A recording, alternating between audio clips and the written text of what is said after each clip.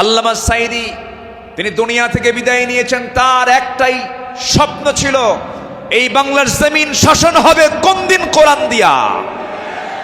100 বছরের ইতিহাসে এমন রেকর্ড নাই।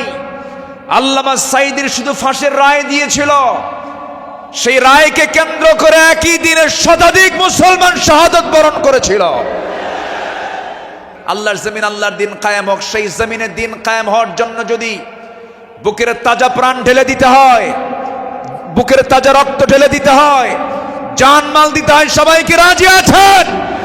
রাজি আছেন কারা কারা? হাত উঁচু করে দেখান মুসলমান।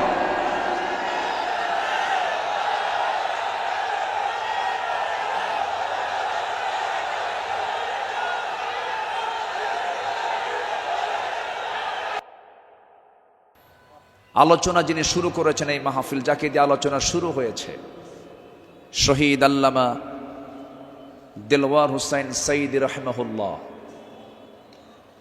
তিনি সর্বশেষ এই ময়দানে কথা বলেছেন 2006 সালে।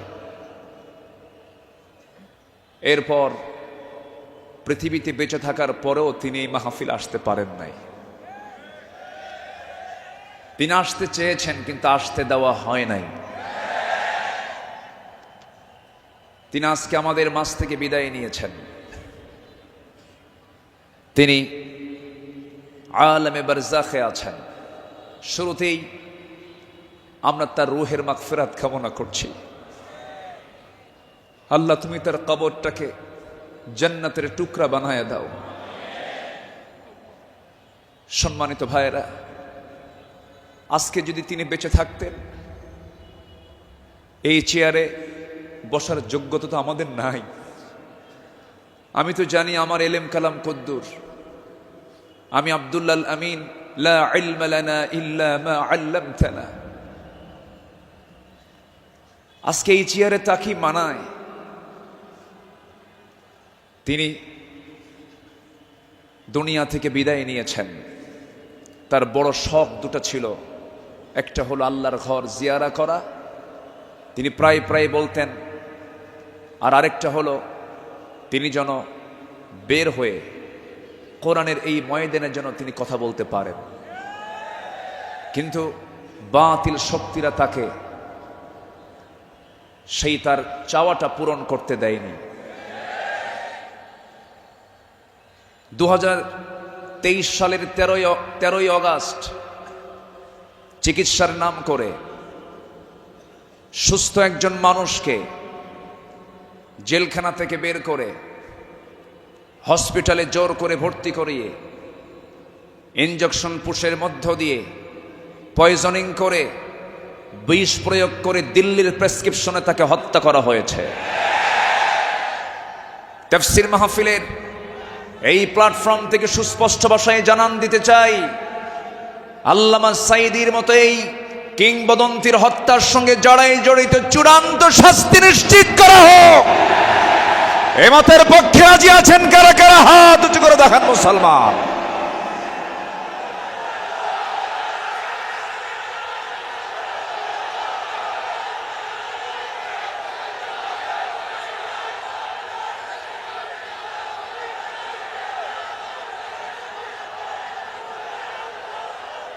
বসুন।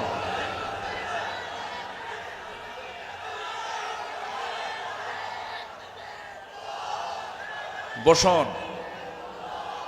সম্মানিত ভাইয়েরা, আজকের এই তাফসীর মাহফিলে তার নাম, জি বসুন বসুন বসুন বসুন। আজকের এই তাফসীর মাহফিলে তার যদি নামটা না নেওয়া হয় শুরুতে, বড় কৃপণতা হয়ে যাবে। সম্মানিত বন্ধুগণ, এই মাহফিল আবার 1.5 যুগ পরে শুরু হলো। এই মাহফিলকে তুমি আল্লাহ কিয়ামত পর্যন্ত কবুল করে নাও। এই মাহফিলের শুরু থেকে নিয়ে আজ পর্যন্ত যারা জড়িত আছেন, যারা বেঁচে আছেন, তাদের প্রতি খাস রহমত নাজিল করো, এবং যারা দুনিয়া থেকে বিদায় নিয়েছেন কবরগুলোকে জান্নাতের নূর দিয়ে মুনাফফার করে দাও। সম্মানিত ভাইয়েরা, আমি আলোচনার সূচনায় সর্বকালের সর্বযুগের সর্বশ্রেষ্ঠ গ্রন্থ, complete and balanced code of life, Al Quran আল মজিদের গুরুত্বপূর্ণ একটি সূরা, সূরাতুত তাওবার একটি আয়াত আমি তেলাওয়াত করেছি। সূরা তাওবার 100 নম্বর আয়াত আমি তেলাওয়াত দিয়ে শুরু করেছি। আয়াতটিকে সামনে রেখে কিছু কথা আমি বলতে চাচ্ছি। আল্লাহ যেন আমার মুখ থেকে সেই কথাগুলি বের করে দেন যে কথাগুলো মুসলিম উম্মার জন্য এই মুহূর্তে দারুণ প্রয়োজন। সম্মানিত হাজিরিন, এই পৃথিবীতে শ্রেষ্ঠ মানুষ হচ্ছেন আম্বিয়ে কেরাম, এবং পৃথিবীর প্রথম মানুষও একজন নবী ছিলেন, আমাদের সবার পিতা সাইয়্যিদানা আদম আলাইহিসসালাতু ওয়াসসালাম। এবং এটার সিলসিলা শেষ হয়েছে খাতামুন নবিয়্যিন, সরওয়ারে কায়নাত, রাহমাতুল লিল আলামিন, রহমত আলম, নবী মুকাররম জনাবে মুহাম্মদুর রাসূলুল্লাহ সাল্লাল্লাহু আলাইহি ওয়াসাল্লাম। তার সময় এসে নবুয়তের এই সিলসিলা শেষ হয়েছে। এরপরেই যাদের সম্মান মর্যাদা আল্লাহ পাক সবচাইতে বেশি দিয়েছেন তারা হচ্ছেন সাহাবায়ে কেরাম। আল্লাহ তাআলা তাদের সম্মান, তাদের মর্যাদা অনেক বেশি দিয়েছেন, এবং আল্লাহ নিজে তাদের শানে বলেছেন রাদিয়াল্লাহু আনহুম, আল্লাহ তাদের উপরে সন্তুষ্ট হয়েছেন। আল্লাহ নিজে যদি বলেন আমি তাদের উপরে সন্তুষ্ট হয়েছি, তাদের ঠিকানা কোথায় হবে?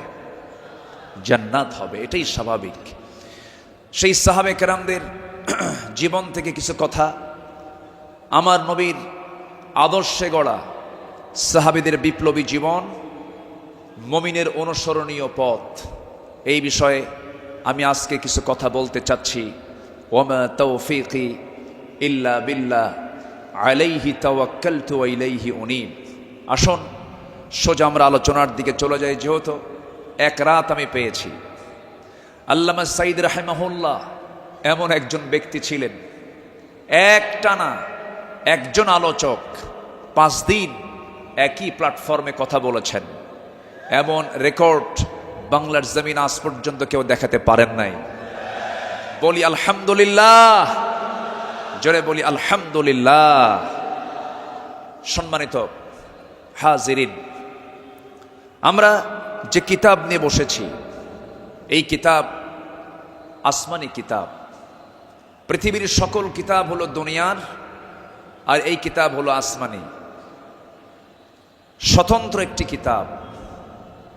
আল্লাহ রাব্বুল আলামিন তার কালামে তার পরিচয় দিয়েই অনেক সূরার সামনে আগে এই কিতাবের সৌন্দর্য তুলে ধরেছেন, এই কিতাবের পরিচয় আগে তুলে ধরেছেন। যেমন কোরআন খোলার সঙ্গে সঙ্গেই আমরা পেয়ে যাই আমার রবের পরিচয়, আলহামদুলিল্লাহি রাব্বিল আলামিন। এরপরে আমরা যখন সেকেন্ড সূরাতে আসি তখন পেয়ে যাই এই কিতাবের পরিচয়, যালিকাল কিতাব লা রাইবা ফীহি। আবার আলে ইমরানে আসেন, এরকম পরিচয় পাওয়া যায়।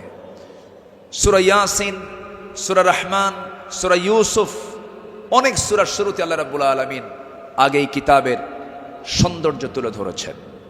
আল্লাহ রাব্বুল আলামিন বলেন, আর রহমান আল্লামাল কুরআন খালাকাল ইনসানা আল্লামাহুল বায়ান আশ-শামসু ওয়াল কমারু বিহুসবানি ওয়ান নাজমু ওয়াশ-শাজারু ইয়াসজুদান। জোরে বলুন আল্লাহু আকবার। তিনি রহমান, যিনি বান্দাকে কোরআন শিক্ষা দিয়েছেন। আবার ইয়াসিনে চলে যান, ইয়াসিন ওয়াল কুরআনিল হাকীম ইন্নাকা লামিনাল মুরসালিন আলা সিরাতিম মুস্তাকিম। আল্লাহ রাব্বুল আলামিন এই কিতাবের পরিচয় অনেক সূরার শুরুতেই দিয়েছেন। আগে কিতাব সম্পর্কে বান্দা বুঝে নাও, সচরাচর অন্য কিতাবের মতো এই কিতাব এমনটা নয়। আল্লাহ রাব্বুল আলামিন এই বান্দার জন্য কিতাবটাকে কি করে দিয়েছেন? আল্লাহ রাব্বুল আলামিন বলেন, তিবিয়ানাল লিকুল্লি শাই, তোমার জীবনের জন্য যা কিছু প্রয়োজন সব আয়োজন আমি এর মধ্যে করে দিয়েছি, কোথাও যাওয়ার দরকার নাই। ফাআইনা তাযহাবুন ইন হুয়া ইল্লা যিকরুল লিল আলামিন লিমান শাআ মিনকুম আন ইয়াস্তাকিম ওয়া মা তাশাউনা ইল্লা আন ইয়াশা আল্লাহু রাব্বুল আলামিন। জোরে বলুন আল্লাহু আকবার। তুমি কোথায় যাও? কোন পথে দৌড়াচ্ছ? দুনিয়ার কোন তন্ত্র মন্ত্রের দিকে দৌড়াও? দুনিয়ার কোন আইনের দিকে দৌড়াও? এই পৃথিবীতে ৭০ থেকে ৮০টি মানব রচিত মতবাদ আছে। সমস্ত মতবাদকে তোমার ধিক্কার মারতে হবে, পচা বস্তাগুলোকে ফেলে দিয়া আল্লাহর আহ্বান হলো ইন হুয়া ইল্লা যিকির, এই জিকিরের দিকে চলে আসো। কোরআন তোমাকে সুপারিশ করে জান্নাতের দরজায় পৌঁছায়া দেবে। কোরআনের দল ছাড়াও এই দেশে আরো দল আছে না নাই? আসতে বলবেন না, আছে না নাই? ইসলামী দল ছাড়া আরো দল এই দেশে আছে না নাই? কিন্তু আল্লাহর কাছে মনোনীত দল একটাই, ইন্নাদ-দীনা ইনদাল্লাহিল ইসলাম। ইসলাম ছাড়া অন্য কিছু যে গ্রহণ করবে, সোজা কথা আল্লাহ পাক বলে দিচ্ছেন, ওয়ামান ইয়াবতাগি গায়রাল ইসলামি দীনান ফালান ইউকবালা মিনহু, যে ব্যক্তি জীবন বিধান হিসাবে, দল হিসাবে ইসলামকে বাদ দিয়ে অন্য কোনো দিনকে গ্রহণ করবে, তার কোনো কিছুই গ্রহণ করবেন না তিনি কে? এই কথা কে বলেছেন? অতএব দল করতেই হবে, সেই দল হতে হবে কার দল? আসতে বলবেন না, কার দল?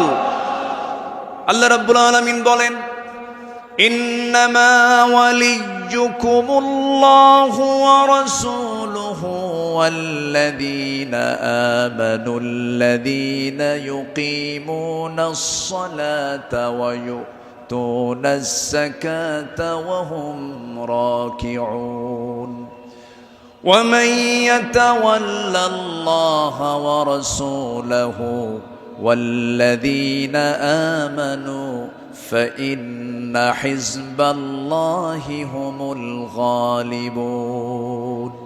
যারা আল্লাহর দল করবে তারাই বিজয়ী হবে। ঘোষণাকার, ঘোষণাকার আল্লাহ।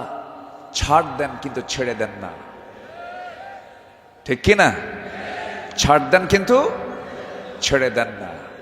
দেখেন না, যাওয়ার রাস্তা পাইল না, শেষে ভাঙ্গা হেলিকপ্টারে বিদায় নিল, ঠিক কিনা? যুগে যুগে যারাই আসমানি কিতাব নিয়ে ষড়যন্ত্র করেছে, যুগে যুগে যারাই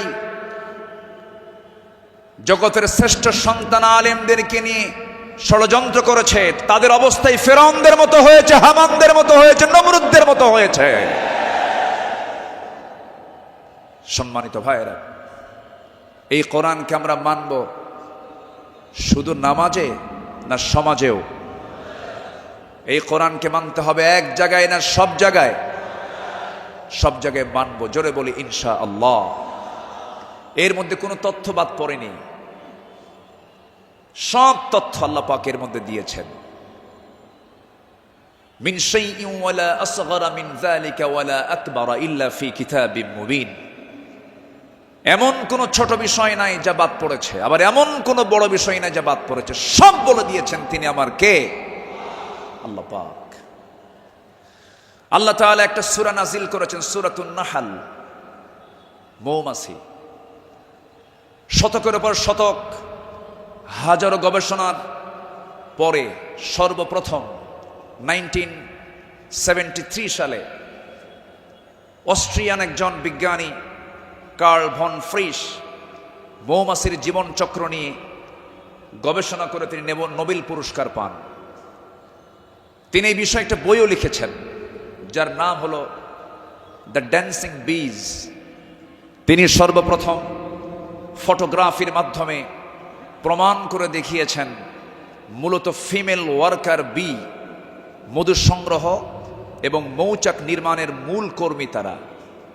অথচ মহান রব্বুল আলামিন আজ থেকে ১৫০০ বছর আগে এই নারী কর্মী মৌমাছির কথা জানিয়ে দিয়েছেন কোরআনে ১৫০০ বছর আগে।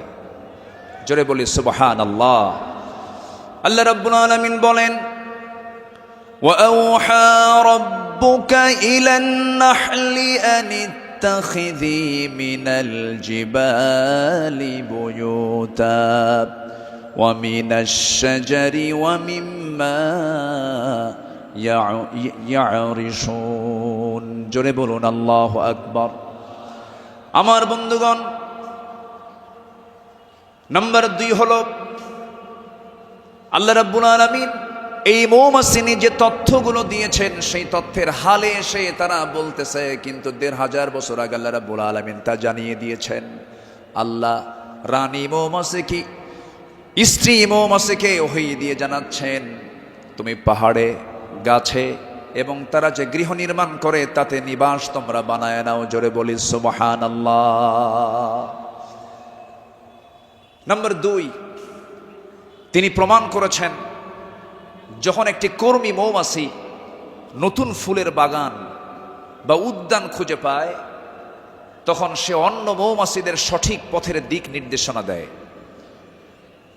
কার্ল ভন ফ্রিচ এই নাচের নামটা দেন হচ্ছে ওয়াগল ড্যান্স, যা পৃথিবী জুড়ে সাড়া ফেলে। অথচ এই তথ্য কোরআনের কাছে অনেক পুরাতন। মহান আল্লাহ তাআলা ১৫০০ বছর আগে এটাও জানিয়ে দিয়েছেন। জোরে বলি সুবহানাল্লাহ। আল্লাহ রাব্বুল আলামিন বলেন, সুম্মা কুলি মিন কুল্লিস সামারাতি ফাসলুকি সুবুলা রাব্বিকা যুলুলা। জোরে বলুন আল্লাহু আকবার। তুমি প্রত্যেক ফল থেকে আহার করো এবং তুমি আমার রবের সহজ পথে চলো। আল্লাহু আকবার। বিজ্ঞান হালে বলছে, কোরআন ১৫০০ বছর আগে বলছে। তাহলে এখন বলুন,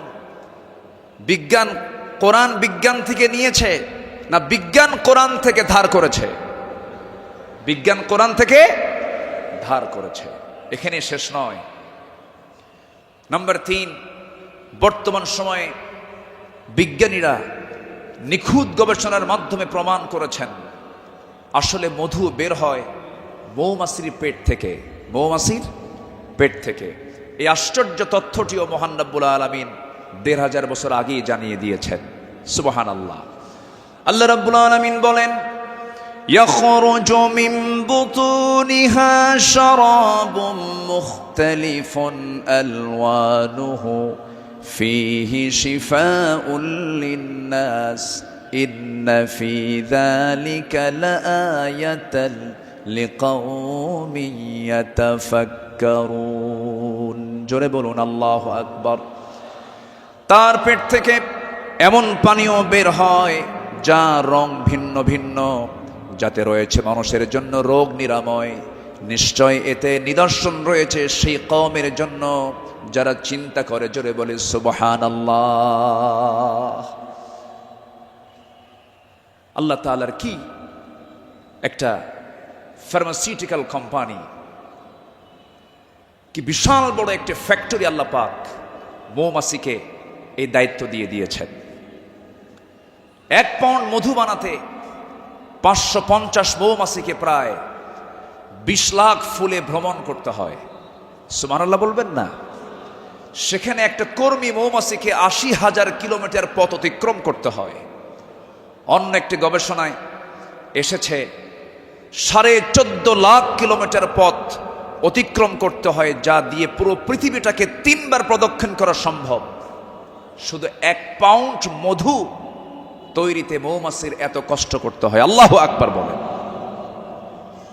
মহান আল্লাহ তাআলা এই মৌমাছির মধ্যে সঠিক পরিমিত তাপমাত্রা বোঝার মতো আশ্চর্য একটা ক্ষমতা দিয়েছেন।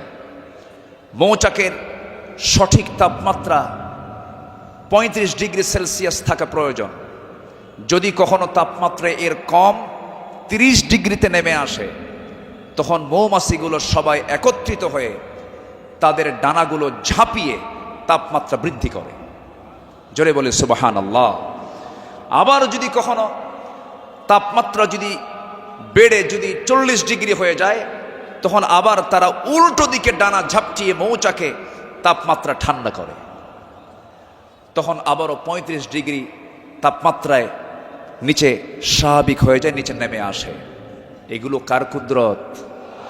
আসতে বলবেন না, কার কুদরত? আল্লাহর কুদরত। সম্মানিত ভাইয়েরা, আল্লাহ রাব্বুল আলামিন এই কিতাবের ভিতরে হাদিদ নামে, লোহা নামে একটা সূরা নাজিল করেছেন। সূরার নাম কি? হাদিদ, লোহা। লোহা ছাড়া কিছুই হয় না।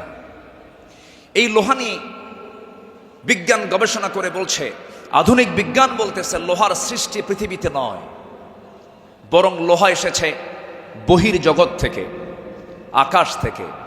কারণ পৃথিবীর পরিবেশে লোহা উৎপাদনের জন্য অনুপযোগী। কেননা সূর্যের যে তাপমাত্রা লোহা উৎপাদনের জন্য যথেষ্ট নয়। সূর্যের কেন্দ্রের তাপমাত্রা হলো 15 মিলিয়ন ডিগ্রি সেলসিয়াস, আর সূর্যের পৃষ্ঠে অর্থাৎ ফটোস্ফিয়ারের তাপমাত্রা হচ্ছে 5.5 থেকে 6,000 ডিগ্রি সেলসিয়াস। অথচ লোহা উৎপাদনের জন্য আনুমানিক 5 বিলিয়ন ডিগ্রি সেলসিয়াস প্রয়োজন। বিজ্ঞানীদের ধারণা কোন সুপারনোভা বিস্ফোরণ থেকেই এই লোহার আগমন ঘটে থাকতে পারে। অথচ মহান রব্বুল আলামিন 1500 বছর আগেই সূরা হাদিদে জানিয়ে দিয়েছেন আল্লাহ পাক লোহা নাজিল করেছেন। সুবহানাল্লাহ বলবেন না? আল্লাহ রাব্বুল আলামিন বলেন, وَأَنزَلْنَا الْحَدِيدَ فِيهِ بَأْسٌ شَدِيدٌ وَمَنَافِعُ لِلنَّاسِ। সূরাতুল হাদিদ আয়াত নম্বর 25। মহান রব্বুল আলামিন বলেন, আমি লোহা নাজিল করেছি যাতে রয়েছে প্রচন্ড শক্তি, মানুষের জন্য বহুবিধ উপকার। জোরে বলি সুবহানাল্লাহ। তাহলে বিজ্ঞান এগুলো প্রমাণ করেছে না কোরআন থেকে ধার করেছে? কোরআন থেকে ধার করেছে। বিজ্ঞান দিয়ে কোরআন যাচাই হবে না, কোরআন দিয়ে বিজ্ঞান যাচাই হবে। কোন আইন দিয়ে কোরআনকে ব্যর্থ করার চেষ্টা করলে সে ব্যর্থ হবে। কোরআন দিয়ে পৃথিবীর সকল আইনকে ব্যর্থ করতে হবে। যারা বলেন কোরআন আর রাজনীতি ভিন্ন বিষয়, তাদের নতুন করে ঈমান আনতে হবে।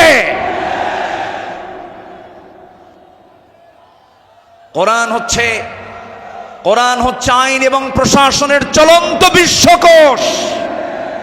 এটা দিয়েই নামাজ যেমন চলতে পারে, সমাজও চলতে পারে। কোরআন দিয়ে ক্যান্টনমেন্ট চলবে, কোরআন দিয়ে প্রশাসন চলবে। কোরআন দিয়ে চলতে পারে না এমন কোন প্ল্যাটফর্ম নেই, কোরআন দিয়ে সব চলবে, এটাই স্বাভাবিক। এই বিশ্বাস যার আছে তার ঈমান আছে, এই বিশ্বাস যার নাই তার ঈমান নাই, নাই, নাই।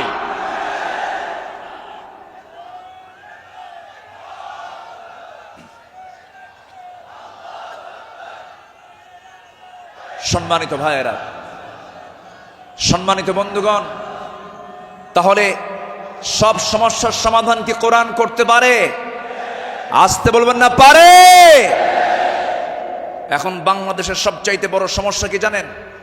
গদি সমস্যা। কি সমস্যা বলেন? গদি সমস্যার সমাধান তো মনে হয় কোরআনে নাই। একটা আয়াত আছে, আয়াতুল কুরসি।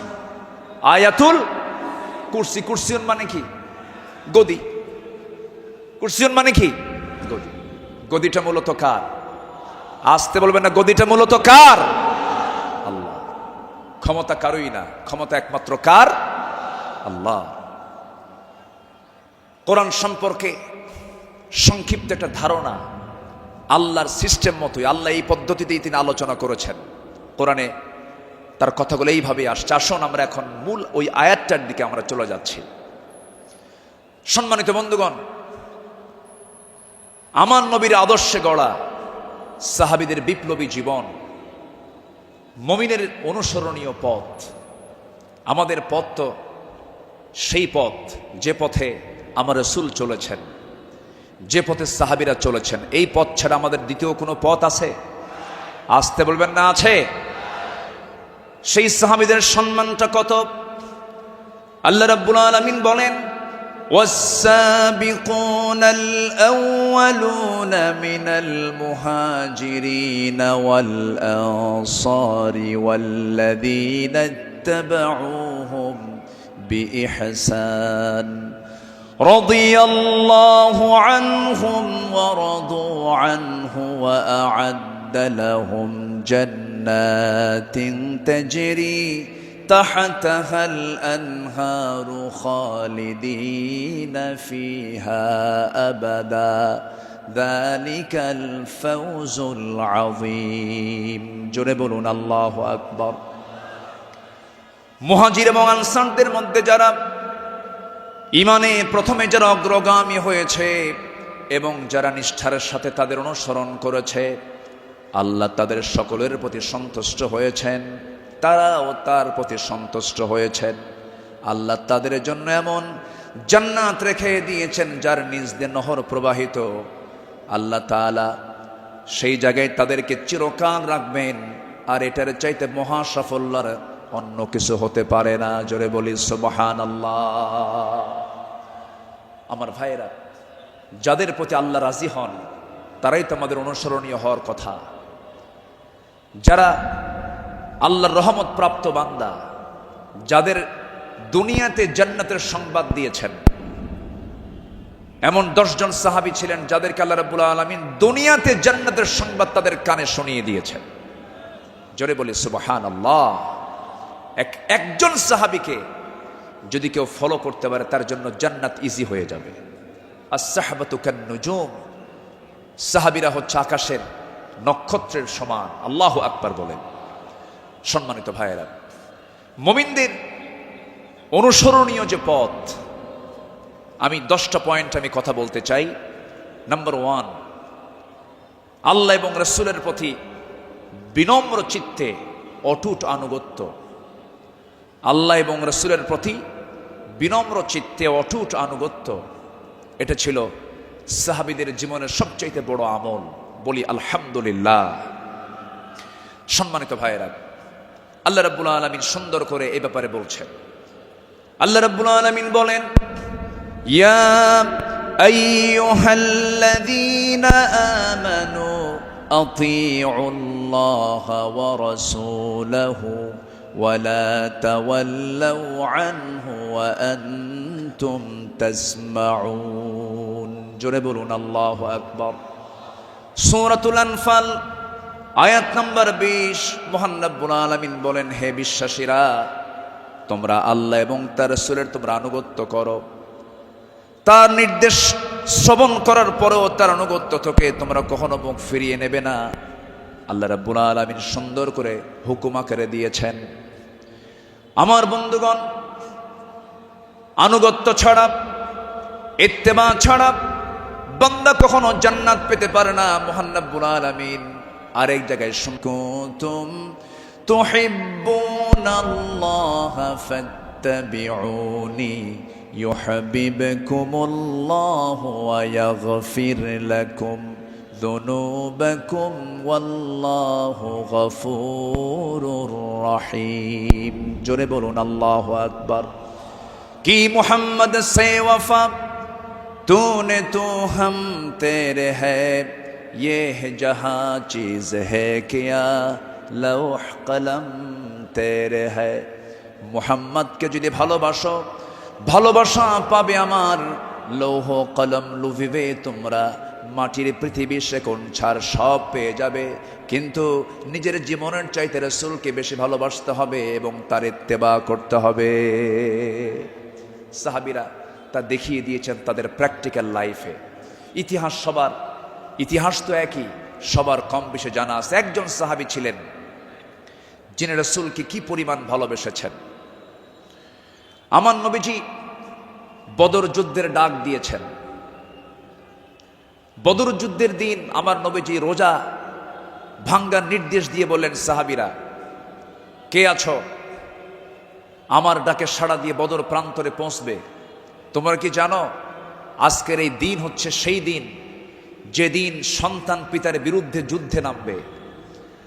আজকের দিন তো সেই দিন যেদিন পিতা তার সন্তানের বিরুদ্ধে যুদ্ধে নামবে। আজকে গোত্র গোত্রের যুদ্ধ, আত্মীয় আত্মীয়র যুদ্ধ, জামাই শ্বশুরের সামনে মুখোমুখি হয়ে যাবে। তোমরা কি পারবে আজকের এই যুদ্ধের ময়দানে আমার আনুগত্যের মধ্য দিয়ে বাতিলদের মোকাবেলা করতে? সাহাবীরা সামনে দাঁড়িয়ে বললেন, ইয়া রাসূলুল্লাহি, আমরা রোজাও রাখবো, বাতিলদের বিরুদ্ধে মোকাবেলার সামনে দাঁড়িয়ে যাব। আমার রাসূল বললেন, আজকের দিনে রোজা রাখার প্রয়োজন নেই, ফাইদ্দাতুম মিন আইয়ামিন উখার, চলো আমরা জিহাদের প্রস্তুতি নিয়ে ফেলি। আমার নবীজি যুদ্ধের ময়দানে হাজির হয়ে গেলেন। আমার নবীজি যুদ্ধের ময়দানে যখন দাঁড়ালেন, 313 জন সাহাবী নিয়ে বদর নামক প্রান্তরে, রমজান মাস, আমার নবীজির সামনে যখন দাঁড়ালেন, যুদ্ধ শুরু হয়ে গেছে। ওই যুদ্ধের ময়দানে 313 জন সাহাবীর ভিতরে 2 জন সাহাবী ছিলেন, তাদের বয়স একদম কম ছিল, মুআজ এবং মুআজ। এই 2 জন ছোট্ট সাহাবী, 11 এবং 13 বছর বয়স। এই 2 জন সাহাবী নবীর কাছ থেকে পারমিশন নিয়ে নিলেন, যুদ্ধের ময়দানে গিয়া প্রথম কাতারে দাঁড়ায় গেছে। এক সাহাবীকে ডাক দিয়ে বলছে, ও আমার চাচা, আবু জেহেল কোথায়? আবু জেহেল দিয়ে কি করবা? সঙ্গী সঙ্গী ছোট্ট 2 জন দারাজ গলায় দারাজ কণ্ঠে বলে ফেলতেছে, আমরা শুনেছি আবু জেহেল নাকি রাসূলকে খুব কষ্ট দিত, খুব জুলুম করত। আজকে আমরা কারো বিরুদ্ধে যুদ্ধ করতে আসি নাই, আবু জেহেলকে আজকে দুনিয়া থেকে বিদায় করার জন্য আজকে আমরা যুদ্ধে হাজির হয়েছি। ছোট্ট বাচ্চা মানুষ, ছোট কিন্তু ইমান খুব বড়, মজবুত ইমান। এই ছোট্ট বাচ্চার কথা শুনে ওই সাহাবী আশ্চর্য হয়ে গেলেন। সাহাবী আশ্চর্য হয়ে বলতেছে, তোমরা কি তাকে সত্যি হত্যা করবে নাকি? হত্যা করব। ওই যে দেখা যায় ঘোড়ার পিঠে বসে আছে, 2 দিকে পা ছেড়ে দেওয়া। শুধু বলতে দেরি হয়েছে, যেতে দেরি হয় নাই। সিংহের মতো গর্জন দিয়া বাস পাখির মতো উড়ন্ত হয়ে দৌড় মারা শুরু করে দিয়েছে। আবু জেহেলের 2 পাশে 2 জন দাঁড়ায় গেছে। লোকজন টের পায় না এটা কোন গ্রুপের মানুষ। 2 জন ছোট্ট বাচ্চার হাতে ছোট্ট তরবারি ছিল, এত জোরে সজোরে আঘাত করেছে 2 জন মিলে। আল্লাহু আকবার বলে আবু জেহেল ওই যে জমিনে ধরাশয়ী হয়ে পড়ে গেছে, কোমর সোজা করে আবু জেহেল আর দাঁড়াতে পারে নাই। এইদিকে বড় ভাই মুআজের পিছন থেকে একজন কাফের এসে তার ডান হাতে পিছন দিক থেকে তরবারির যখন একটা আঘাত দিয়েছে, এক আঘাতে তার ডান হাতটা চামড়ার সঙ্গে ঝুলতে লাগলো, ঝনঝন করে তরবারি পড়ে গেছে। যুদ্ধ করবেন কেমনে? তার ডান হাতটা ঝুলতেছে চামড়ার সাথে। দৌড় মেরে চলে গেছেন, বাম হাতে তরবারি তুলে নিয়েছেন। যুদ্ধ থামালেন না। যুদ্ধ চালাতে গিয়ে দেখা গেল ডান হাতটা চামড়ার সঙ্গে ঝুলে আছে, ঝুলন্ত হাতটা এসে বাম হাতে বারবার ধাক্কা খাচ্ছে, ডিস্টার্ব হচ্ছে মনে করে ঝুলন্ত ডান হাতটা বাম পার নিচে রেখে এত জোরে টান মারলেন, এক টানে হাতটা ছিটকে পড়ে গেল। বাম হাতে যুদ্ধ চালাতে লাগলেন। বাম হাত পিছন দিক থেকে আঘাত করে তার কেটে ফেলে দিল। ঝনঝন করে তরবারি পড়ে গেছে, আর যুদ্ধ করতে পারছেন না। যুদ্ধ করবেন কেমনে? 2 হাতিতে চলে গেছে। আরেকজন কাফের এসে গর্দান বরাবর যখন আঘাত এনেছে, দুনিয়া থেকে এই ছোট্ট 13 বছরের নাবালক সন্তান দুনিয়া থেকে বিদায় নিয়ে গোটা বিশ্ববাসীকে জানান দিচ্ছে, ও পৃথিবীর মানুষ, আমরা দিন কায়েমের জন্য যে জীবন দিলাম, এমন করেই দিন কায়েমের পথে জীবনটা দিতে হয়। জোরে বলি সুবহানাল্লাহ, আরো জোরে বলি সুবহানাল্লাহ, আরো জোরে বলি সুবহানাল্লাহ। একটু জিকির করি লা ইলাহা,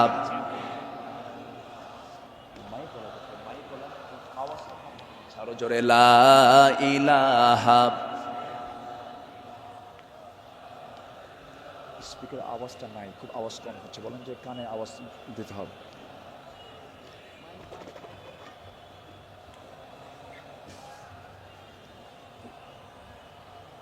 আওয়াজটা বাড়াও, আওয়াজটা দাও, আওয়াজ কমে গেছে। আরো জোরে লা ইলাহা, আরো জোরে লা ইলাহা লা ইলাহা লা ইলাহা ইল্লাল্লাহু মুহাম্মাদুর রাসূলুল্লাহ সাল্লাল্লাহু আলাইহি ওয়াসাল্লাম। আমার বন্ধুগণ, আমার নবীজি আল্লাহর পথে যত হাজারো বিপদ এসেছে, বিনম্র চিত্তে অটুট আনুগত্য আমার নবীজি আল্লাহর করেছেন।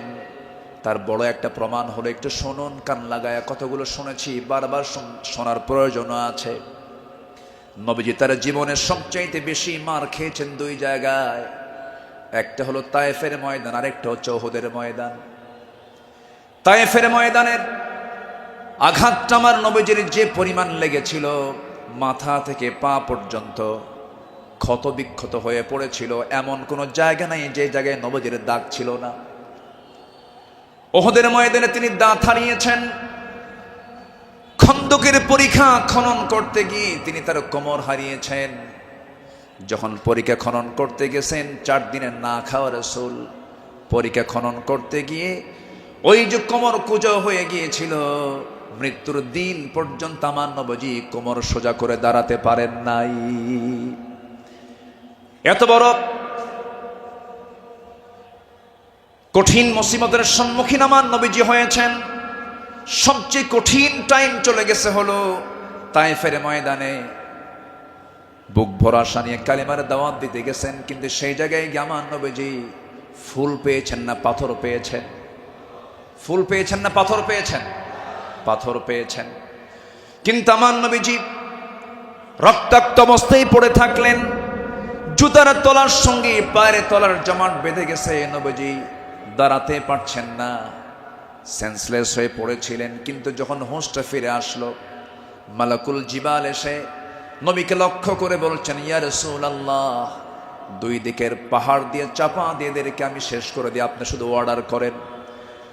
জবাবে আমার রাসূল বললেন, লা বাল আরজু আন ইউখরিজাল্লাহ মিন আসলাবিহিম মান ইয়াবুদুল্লাহ ওয়াহদাহু লা ইউশরিকা বিহি শাইআন। সহিহ মুসলিমের হাদিস এসেছে, রাসূল বললেন, না না ও ফেরেশতা, এদেরকে চাপা দিয়ে মেরো না। আমি আশা করি এদের ঔরস থেকে যে সন্তান জন্ম নেবে তারা আল্লাহর ইবাদত করবে। জোরে বলি সুবহানাল্লাহ। রাসূল তাদেরকে মাফ করে দিয়েছেন। আমার বন্ধুগণ, আমার নবীজি আনুগত্য কাকে বলে আল্লাহ রাসূল তা শিখিয়ে দিয়েছেন, সাহাবাদের জীবনে তা শিখিয়ে দিয়েছেন। সাহাবে কেরাম রাসূলকে জীবন দিয়ে ভালোবেসেছেন।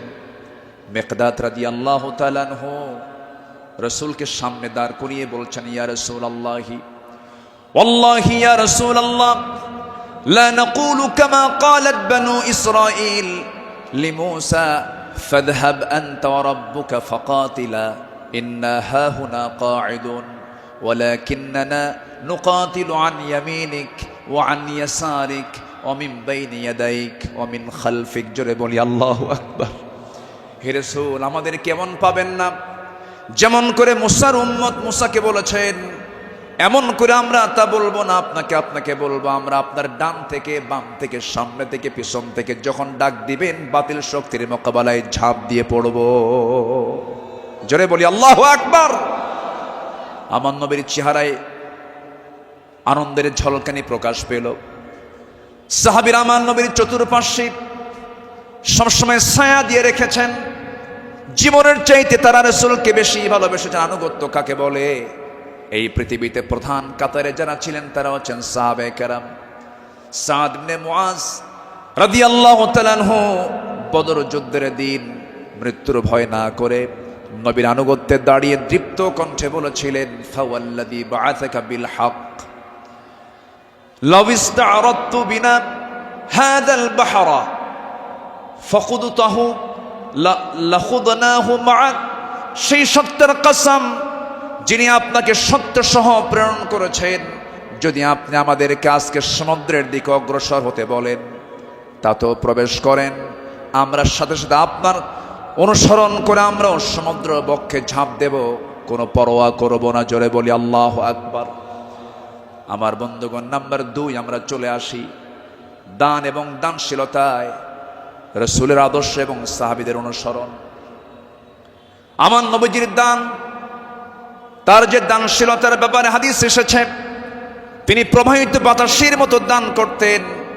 কানা রাসূলুল্লাহ সাল্লাল্লাহু আলাইহি সাল্লাম আজওয়াদান নাস, ফালা রাসূলুল্লাহ সাল্লাল্লাহু আলাইহি সাল্লাম আজওয়াদু বিল খাইর মিনার রিহিল মুরসালা। আমার নবীজি প্রবাহিত বাতাসের মতো তিনি দান করতেন। যখন শুরু করতেন দান থামতো না, অবারিত দান করতেন। জোরে বলি সুবহানাল্লাহ। সাইয়্যিদনা ওমর ফারুক রাদিয়াল্লাহু তাআলা আনহু তিনি বলেন, তাবুকের প্রান্তরে বুক ভরা আশা নিয়া নবীর সামনে দাঁড়ালাম এবং মনে মনে ভাবলাম, সারা জীবন আমার বন্ধু আবু বকরের সঙ্গে কোনো ইবাদতের কম্পিটিশনে পারি নাই, আজকে আমি আবু বকরকে হারায়া ফেলবো। তিনি করলেন কি, সমস্ত সম্পত্তির অর্ধেক তিনি তাবুক অভিযানে তিনি দান করলেন। আব্দুর রহমান ইবনে আওফ রাদিয়াল্লাহু তাআলা আনহু 3 বস্তা সোনা দান করেছেন। সবার দান যখন শেষ হয়ে গেছে, আমার নবী অপেক্ষার প্রহর গুনছেন তার সারা জীবনের বন্ধু, 3 দিনের ছোট বড় হিজরতের রাতের সাথী সাইয়্যিদনা আবু বকর সিদ্দিক রাদিয়াল্লাহু আনহু তিনি কখন তাবুকের জন্য তিনি কি নিয়ে আসবেন, তার দানের পরিমাণ কি, তিনি অপেক্ষার প্রহর গুনছেন। নবীর সামনে যখন এসে দাঁড়ালেন, রাসূল লক্ষ্য করে বলছেন, ইয়া আবা বকর মা আবকাইতা লিহালিক, হে আমার আবু বকর, তোমার পরিবার পরিজনের জন্য তুমি কি রেখে এসেছো? তিনি জবাব দিতে নিয়ে বলছেন, ক্বালা বাকাইতু লাহুমুল্লাহ ওয়া রাসূলা, আমি আমার পরিবারের জন্য রেখে এসেছি শুধু আল্লাহ এবং আল্লাহর রাসূলকে, বাকি সব তাবুকের প্রান্তরের জন্য আমি দান করেছি। জোরে বলি সুবহানাল্লাহ। আমার নবীজি তার শানে বলেছেন, ওমা নাফানি মালু হাদিন কাত মা নাফানি মালু আবি বকর, আমার আবু বকরের অর্থ দিয়ে আমার যেমন উপকার হয়েছে এমন উপকার আমার অন্য কারো দিয়ে হয় নাই। প্রতিটি মানুষের ইহসান পরিশোধ করতে পেরেছি আমি, রাসূল যে পরিশোধ করতে পেরেছি, কিন্তু আমার আবু বকরের ইহসান সমূহ এমন যে তার প্রতিদান কেবল আল্লাহ ছাড়া কেউ প্রতিদান দিতে পারবে না। জোরে বলি সুবহানাল্লাহ। আমার ভাইয়েরা, আল্লাহ রাব্বুল আলামিন সন্তুষ্টির জন্য বান্দাকে জানিয়ে দিচ্ছেন, বান্দা তোর দানটা হবে শুধুমাত্র আমার জন্য, দানের পুরস্কার হলো জান্নাত। সাহাবে কেরাম তা শিখিয়ে দিয়েছেন। আল্লাহ রাব্বুল আলামিন বলেন, মাসালুল লাযীনা ইউনফিকুনা আমওয়ালাহুম ফি সাবিলিল্লাহি কামাসালি হাববাতিন أنبتت 7 سنابل في كل سنبلة 100 حبة والله يضاعف لمن يشاء والله واسع عليم। জোরে বলুন আল্লাহু আকবার। যারা আল্লাহর পথে তাদের সম্পদ ব্যয় করে, তাদের উপমা হলো একটা বীজের মতো যা উৎপন্ন করলো 7টা শীষ, প্রতিটি শীষে রয়েছে 100 দানা। তারা আর আল্লাহ যাকে চান তার জন্য এমন করেই বাড়িয়ে দেন। আল্লাহ হচ্ছেন সবচাইতে প্রাচুর্যময় এবং সর্ব বিষয়ে জ্ঞানী। জোরে বলি সুবহানাল্লাহ। নাম্বার 3 হলো আদল এবং ইহসানের মূর্ত প্রতীক ছিলেন রাসূল এবং সাহাবে কেরাম। আদল কাকে বলে, ইনসাফ কাকে বলে, ইহসান কাকে বলে, যদি আমরা মডেল হিসেবে গ্রহণ করব আমার নবী এবং সাহাবে কেরামকে, আল্লাহ রাব্বুল আলামিন এই শানে বলেছেন, ইন্নাল্লাহা ইয়া'মুরু বিল আদলি ওয়াল ইহসানি ওয়া ইতা'i যিল কুরবা ওয়া ইয়ানহা আনিল ফাহশাই ওয়াল মুনকারি ওয়াল বাগি ইয়া'iদুকুম লা'আল্লাকুম তাযাক্কারুন। জোরে বলুন আল্লাহু আকবার। আমার বন্ধুগণ, আদালত কাকে বলে? সাইয়্যিদনা ওমর ফারুক রাদিয়াল্লাহু তাআলা আনহু অর্ধ দুনিয়ার শাসনকর্তা, তিনি একদিন ঘোড়া কিনতে গেছেন বাজারে। কি কিনতে গেছেন? ঘোড়া কিনতে গেছেন। আজকের বাজারে যেমন হোন্ডা কিনতে যায়, গাড়ি কিনতে যায়, আগের যুগে মানুষ কিনতে যেত কি? ঘোড়া। সাইয়েদনা ওমর ফারুকের প্রয়োজন, ঘোড়া কিনতে গেছেন, ঘোড়াওয়ালার সঙ্গে কথা বললেন, দামাদামি করে নিলেন, ঘোড়া একটা কিনলেন, দামটা দিয়ে দিলেন, কেনা বেচা হয়ে গেছে, চুক্তি সম্পন্ন হয়ে গেছে। ঘোড়া কিনে নিয়ে বাড়িতে চলে আসবেন। কয়েক মাইল ঘোড়ার পিঠে তিনি চড়েছেন, কয়েক মাইল আসতে না আসতেই তার ঘোড়ার চারটা পা অকেজ হয়ে গেছে। চার পা যখন অকেজ হয়ে গেছে, সাইয়েদনা ওমর ফারুক একটু খেপে গেলেন, রেগে গেলেন। রেগে গিয়ে সোজা চলে গেছেন সেই ঘোড়াওয়ালার কাছে, গিয়ে বলছেন, ঘোড়াওয়ালা, তুমি আমাকে এমন ঘোড়া দিলে কেন? যে ঘোড়াটা আমি 4-5 মাইল যেতে না যেতে চারটা পাই তার অকেজ হয়ে গেছে, অসুস্থ ঘোড়া দিয়েছ, আমি এই ঘোড়া নেব না। সঙ্গে সঙ্গে ঘোড়াওয়ালা বলছেন, আমিরুল মুমিনিন, আমি আপনাকে যে ঘোড়াটা দিয়েছি সুস্থ ঘোড়া দিয়েছি। আপনি যখন আমার কাছ থেকে ঘোড়াটা কিনতে এসেছিলেন সেই সময় ঘোড়াটা সুস্থ ছিল, আপনার মালিকানা যাওয়ার পরে ঘোড়াটা অসুস্থ হয়ে পড়েছে। সাইয়েদনা ওমর ফারুক একটু খেপে গিয়ে বলছেন, অসুস্থ ঘোড়া আমি নেব না, ঘোড়া ফেরত নাও, টাকাটা আমাকে দিয়ে দাও। এবার ঘোড়াওয়ালা বলছে, আমিরুল মুমিনিন, আমি যত বলবো আপনি যত বলবেন কোনো ফায়সালা আসবে না। ঠিক আছে, আমার কথা এবং আপনার কথা দুটা নিয়ে আমরা চলুন, আমরা আদালতে যাই। কোথায় যাই? আদালতে চলে যাই। ইন্নাল্লাহ ইয়া'মুরু বিল আদল, আদালতের সম্মুখীন হয়ে যাই। সাইয়েদনা ওমর ফারুক রাদিয়াল্লাহু তাআলা আনহু তখন অর্ধ দুনিয়ার শাসনকর্তা। এই কথা শোনার সঙ্গে সঙ্গে তিনি তার সকল কথাকে তিনি অফ করে দিলেন, চুপ মেরে গিয়ে বলছেন, ঠিক আছে ঘোড়াওয়ালা, চলো আদালতে হাজির হই, চলো আদালতে ফায়সালা দিয়ে দেবে। চিন্তা করে দেখুন, অর্ধ দুনিয়ার শাসনকর্তা ওমর ফারুক সামান্য এক ঘোড়াওয়ালা মামলা দিচ্ছে, সেই মামলায় তিনি হাজির হচ্ছেন। চলে গেলেন আদালতে। আদালত চত্বরে গিয়ে যখন হাজির হলেন, বিচারালয়ের চেয়ারে বসা একজন কাজী যখন সাইয়েদনা ওমর ফারুককে দেখেছেন, দেখা মাত্রই তিনি দাঁড় হয়ে বলছেন, আমিরুল মুমিনিন, আপনি কেন আদালতে, কি হয়েছে? তিনি এবার বলছেন, বিচারপতি, আমি ঘোড়া কিনতে গেছি, ঘোড়া সে আমাকে অসুস্থ ঘোড়া দিয়েছে, আমি এই ঘোড়া নেব না, সেজন্য বিচার আদালত পর্যন্ত গড়িয়েছে, কি করা যায়?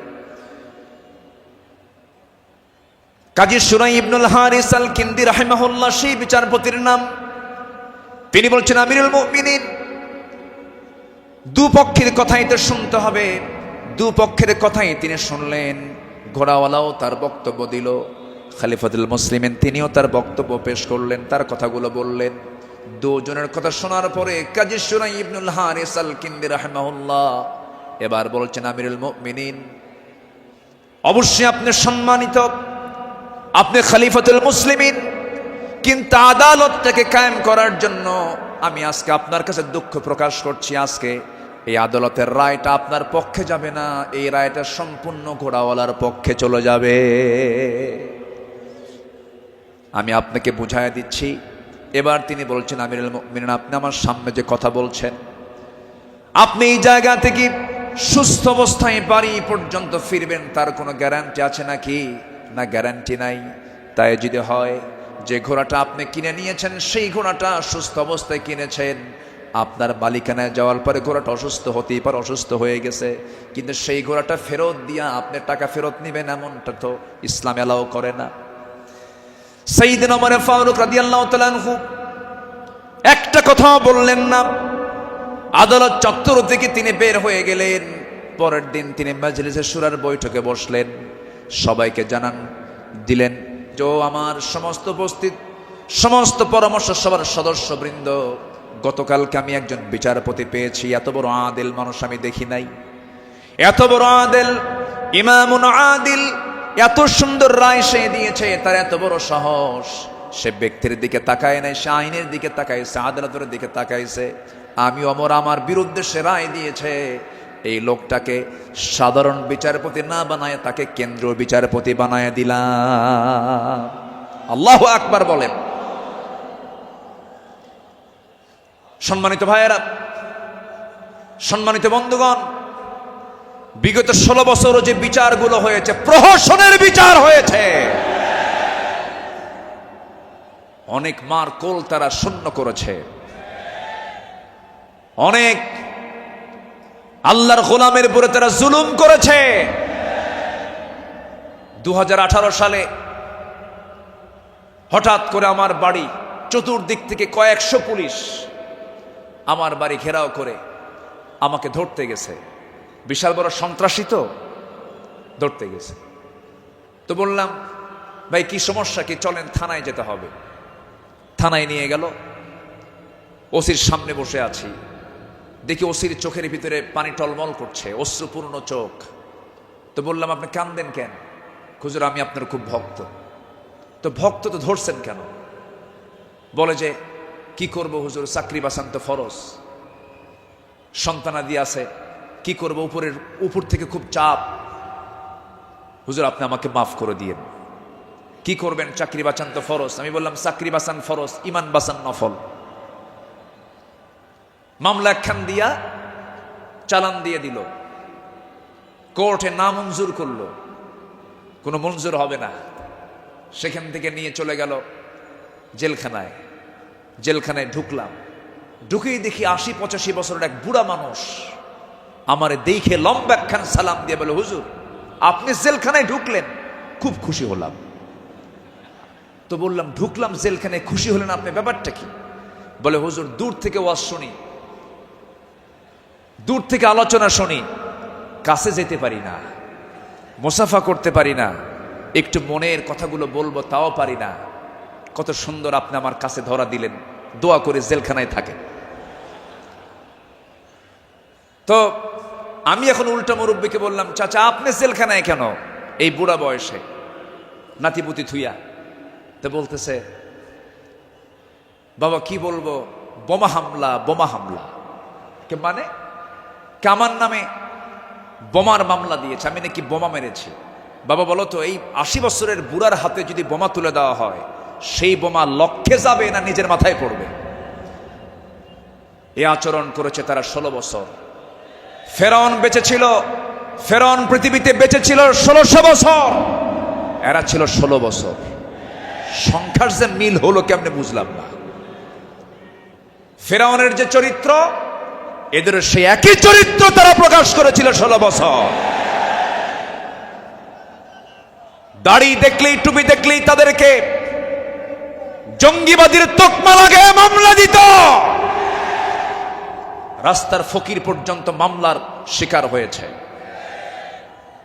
আল্লাহ পাক একটা পরিবেশ আমাদেরকে উপহার দিয়েছেন, দিন কায়েমের কাজে আমরা এই পরিবেশকে কাজে লাগাবো। জোরে বলি ইনশাআল্লাহ, আরো জোরে বলি ইনশাআল্লাহ। আল্লামা সাঈদী তিনি দুনিয়া থেকে বিদায় নিয়েছেন, তার একটাই স্বপ্ন ছিল, এই বাংলার জমিন শাসন হবে কোন দিন? কোরআন দিয়া। এটাই তার স্বপ্ন ছিল। সেই স্বপ্ন পূরণ করার জন্য আল্লামা সাঈদীকে জীবন দিয়ে ভালোবাসেন আপনারা, আমি বিশ্বাস করি। কারণ ১০০ বছরের ইতিহাসে এমন রেকর্ড নাই। আল্লামা সাঈদীর শুধু ফাঁসির রায় দিয়েছিল, সেই রায়কে কেন্দ্র করে একই দিনে শতাধিক মুসলমান শাহাদত বরণ করেছিল। সম্মানিত ভাইয়েরা, তার যে স্বপ্ন, এই দেশ আল্লাহর জমিন, আল্লাহর জমিন, আল্লাহর দিন কায়েম হোক, সেই জমিনে দিন কায়েম হওয়ার জন্য যদি বুকের তাজা প্রাণ ঢেলে দিতে হয়, বুকের তাজা রক্ত ঢেলে দিতে হয়, জানমাল দিতে হয়, সবাইকে রাজি আছেন? রাজি আছেন কারা কারা? হাত উঁচু করে দেখান মুসলমান।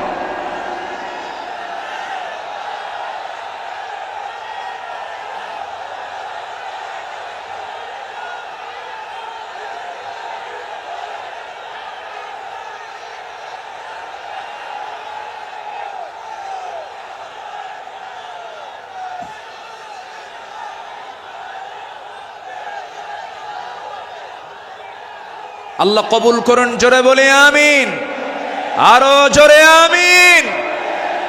হাত নামান, বসুন। আমি তো দাঁড়াতে বলি নাই, আপনি দাঁড়ালেন কেন? যে বসে পড়ুন। আমি কি আলোচনা চালাবো? আলোচনা চালাবো। আমার নির্দিষ্ট সময় কিন্তু শেষের দিকে প্রায়। আমি কি আলোচনা চালিয়ে যাব?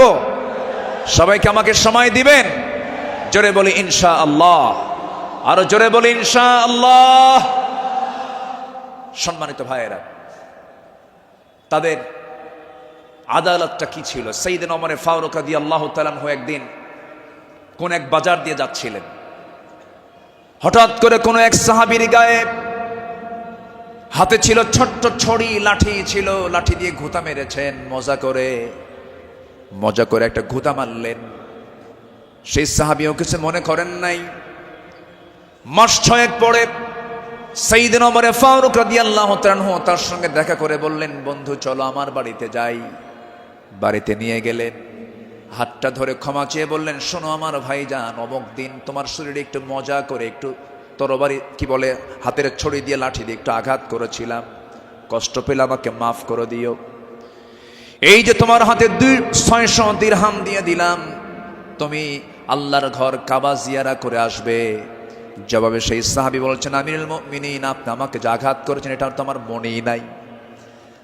সাইয়েদনা ওমর ফারুক বললেন, ও আমার ভাই, আমি যে তোমাকে মৃদু আঘাত করেছি, এটা যদি তুমি কিয়ামতের দিন আমার বিরুদ্ধে যদি আল্লাহর কাছে যদি আদালতে মামলা দিয়ে দাও, আমি জামিন পাবো না। এই জন্য আজকে দুনিয়াতেই তোমার কাছ থেকে আমি মাফ চেয়ে নিলাম। জোরে কোন সুবহানাল্লাহ। সাইয়েদনা ওমর ফারুক রাদিয়াল্লাহু তাআলা আনহু 1 বোতল মধু এনেছেন, রাষ্ট্রের মধু।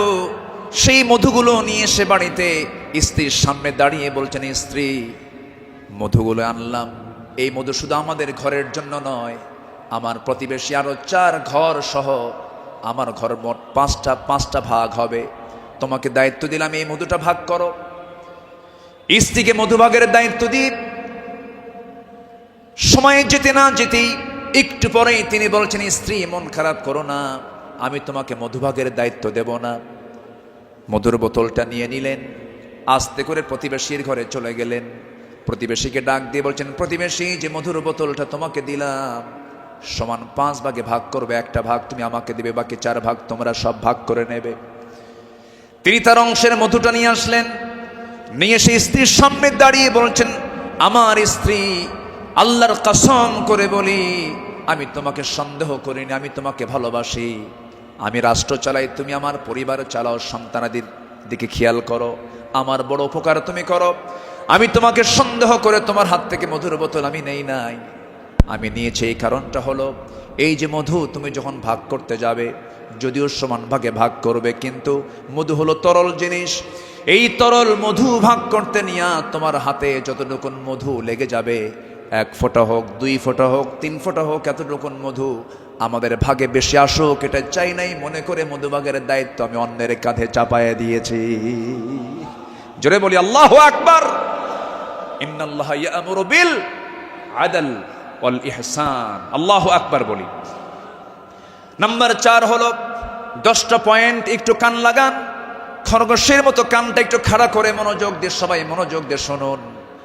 নাম্বার 4 হলো শ্রেষ্ঠদের কাতারে থেকেও নিরহংকার হয়ে অসহায় সাধারণের সাথে মিশে যাওয়া সাহাবে কেরামদের বৈশিষ্ট্য ছিল, আমার নবীর বৈশিষ্ট্য ছিল। আল্লাহ রাব্বুল আলামিন অর্ডার করেছেন, وَأَخْفِضْ جَنَاحَكَ لِمَنِ اتَّبَعَكَ مِنَ الْمُؤْمِنِينَ। সূরা শুআরা 215 নম্বর আয়াত। মুমিনদের মধ্যে যারা তোমার অনুসরণ করে তাদের প্রতি তোমার বাহুকে অবনত করো, তাদের জন্য তুমি সুন্দর করে তাদের পাশে দাঁড়িয়ে যাও, দিলটা নরম করে তাদের সঙ্গে কথা বলো। জোরে বলি সুবহানাল্লাহ। আমার বন্ধুগণ, এই ব্যাপারে আমার নবী সবার আগে তিনি এগিয়ে এসেছেন। ঈদের দিন আমার নবীজি দেখেন জীর্ণ শীর্ণ পোশাকের ছোট্ট একটা বাচ্চা কাঁদতেছে আর হাঁটতেছে। আমার নবীজি জড়িয়ে ধরলেন, কোলের মধ্যে তুলে বলছেন, কাঁদো কেন সন্তান, কি হয়েছে বলো? বাপ নাই মা নাই, 2 জনে দুনিয়া থেকে বিদায় নিয়েছেন। আমার নবীজি ধুলাই মলিন সন্তানটাকে, শিশুটাকে কোলের মধ্যে তুলে নিয়ে সোজা ঘরের মধ্যে ঢুকলেন। ঢুকে বলছেন, আয়েশা, বাচ্চা নিয়ে আসছি, সন্তান নিয়ে আসছি। ও কলিজার টুকরা সন্তান, এই যে মহিলাকে দেখতে পেতেছ আজকের থেকে এটাই তোমার মা, আর আমি তোমার সামনে দাঁড়িয়ে আছি, আমি হলাম তোমার বাবা। আমার নবী ইতিমদের পাশে এমন করে সারা জীবন দাঁড়িয়েছেন, কারণ আল্লাহ রাব্বুল আলামিন তাকে অর্ডার করেছেন, আলাম ইয়াজিদকা ইয়াতীমান ফাআওয়া ووجدك ضالا فهدى ووجدك عائلا فأغنى فأما اليتيم فلا تقهر وأما السائل فلا تنهر وأما بنعمة ربك فحدث আমার বন্ধুগণ সাইয়েদনা আবু বকর সিদ্দিক রাদিয়াল্লাহু আনহুর খেলাফত আমল চলছিল সাইয়েদনা আবু বকর রাদিয়াল্লাহু তাআলা আনহু সেই সময় যখন তিনি খেলাফত পেলেন নতুন যখন তিনি দায়িত্ব পেলেন খেলাফত গ্রহণ যখন তিনি করলেন নতুন খলিফা হয়েছেন এই খেলাফতের সংবাদ পেয়ে অনেকে আনন্দ প্রকাশ করছে সুন্দর একজন খলিফা আমরা পেয়েছি কিন্তু ওই মদিনার ছোট্ট একটা গ্রামের একজন মহিলা অঝরে ঝাড়ায় কাঁদতেছে কান্নায় সে ভেঙ্গে পড়ছে সবাই বলল মহিলা তুমি কাঁদো কেন ও নারী তুমি কাঁদো কেন ও মহিলা তুমি কাঁদো কেন কান্নার হেতুটা কি সঙ্গে সঙ্গে মহিলা বলতেছে কান্নার কারণ হলো এমন একজন ব্যক্তি খেলাফতের দায়িত্ব পেয়েছে যে লোকটা আমার বাড়ির প্রত্যেকদিন ছাগলটা দহন করে যেত ছাগলের দুধটা দহন করত আজকে সে খেলাফতের দায়িত্ব পেল কিন্তু আমার এই ছাগলের দুধটা দহন করার মতো লোক আর আমি পাবো না এই জন্য আমি কান্দি ওই মহিলার কান্না যখন সাইয়েদনা আবু বকরের কানে যখন সংবাদটা চলে গেছে ওই মহিলার সামনে দাঁড়িয়ে বলছেন মহিলা কেঁদো না আমি খলিফার দায়িত্ব পেয়েছি খেলাফতের দায়িত্ব পেয়েছি বলে তোমার দায়িত্ব আমি পালন করব না ভুল কথা আমার দায়িত্ব এটাও রয়ে যাবে আমার খেলাফতের দায়িত্ব রয়ে যাবে জোরে বলেন সুবহানাল্লাহ ইবনে সাকার বলেন সিরাত গ্রন্থে এসেছে সাইয়েদনা আবু বকর সিদ্দিক রাদিয়াল্লাহু তাআলা আনহু একটা গ্রাম ছিল একটা পল্লী ছিল ছোট্ট একটা মহল্লা ছিল ওই মহল্লার প্রত্যেক ঘরে ঘরে গিয়ে সাইয়েদনা আবু বকর প্রত্যেক ঘরের ছাগলগুলোর দুধ তিনি দহন করে দিয়ে আসতেন জোরে বলেন সুবহানাল্লাহ আরো জোরে বলে সুবহানাল্লাহ শ্রেষ্ঠত্বের কাতারে থেকেও নিরহংকারী হয়ে তারা জনগণের খাদেম ছিলেন জনগণের খেদমত তারা করেছেন রাতের বেলা একদিন তিনি খালি পায়ে হাঁটতেছেন কি পায়ে বলেন খালি পায়ে হাঁটতেছেন সাইয়েদনা ওমর ফারুক দেখে বলছেন আমিরুল মুমিনিন আপনি খালি পায়ে হাঁটেন কেন পাথরের আঘাতে আপনার চামড়া ফেটে তো রক্ত বের হয়ে যাবে আপনি আহত হয়ে পড়বেন রক্তাক্ত হয়ে যাবেন তিনি বলছেন ভাই ওমর এই রাতের গভীর রাত্রিতে গভীর নিশীথে আমি যদি জুতা পায়ে হাঁটতে যাই পাথরের সাথে জুতার একটা আঘাত লাগবে একটা শব্দ সৃষ্টি হয়ে যাবে এই শব্দে যদি আমার নাগরিকের যদি ঘুমের ব্যাঘাত হয় কিয়ামতের দিন আমাকে তার জন্য আসামির কাঠ গড়ায় দাঁড়াতে হবে জোরে বলি আল্লাহু আকবার ঢাকা থেকে নেতা আসিতেছেন চট্টগ্রাম ঢাকা চট্টগ্রামের রোড 4 ঘন্টা বন্ধ এমন নেতৃত্ব আমরা চাই না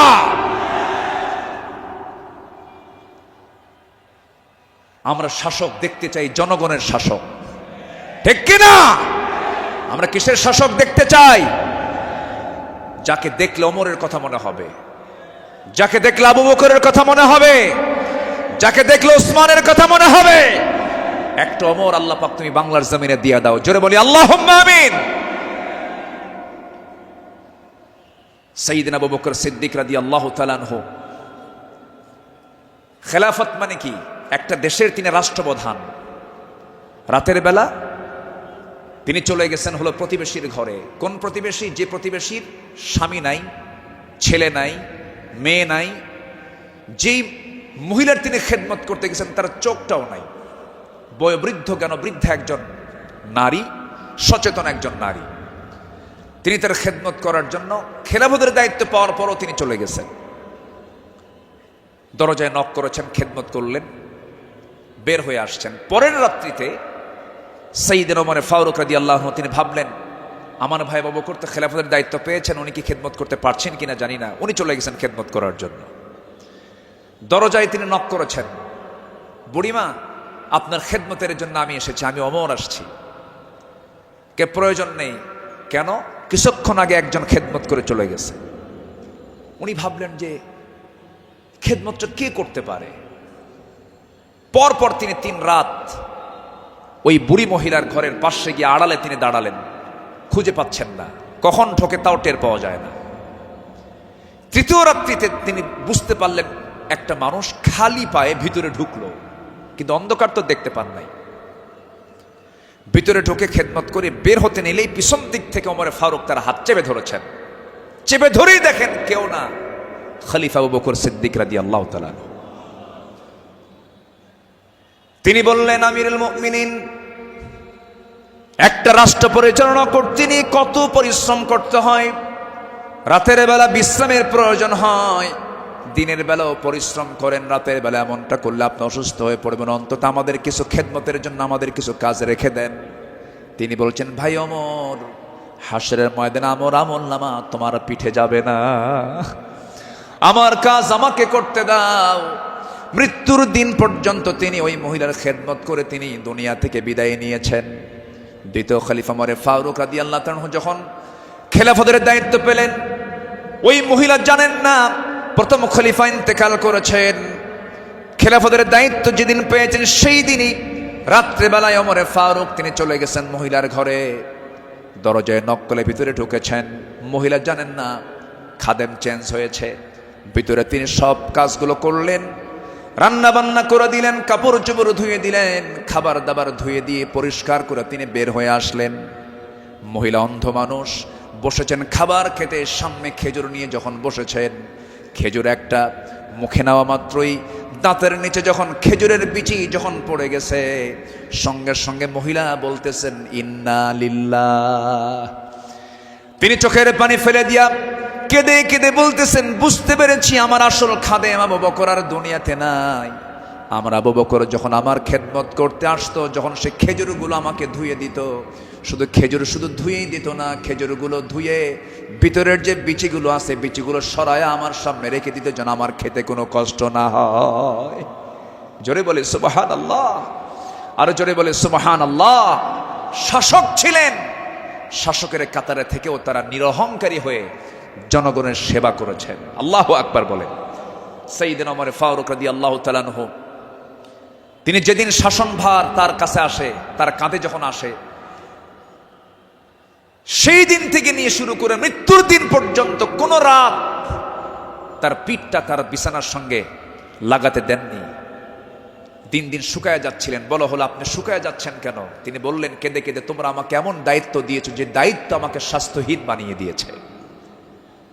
পরকালীন জবাবদিহিতা, পরকালীন জবাবদিহিতার অনুভূতি ছাড়া একটা শাসক কখনো ভালো হতে পারে না।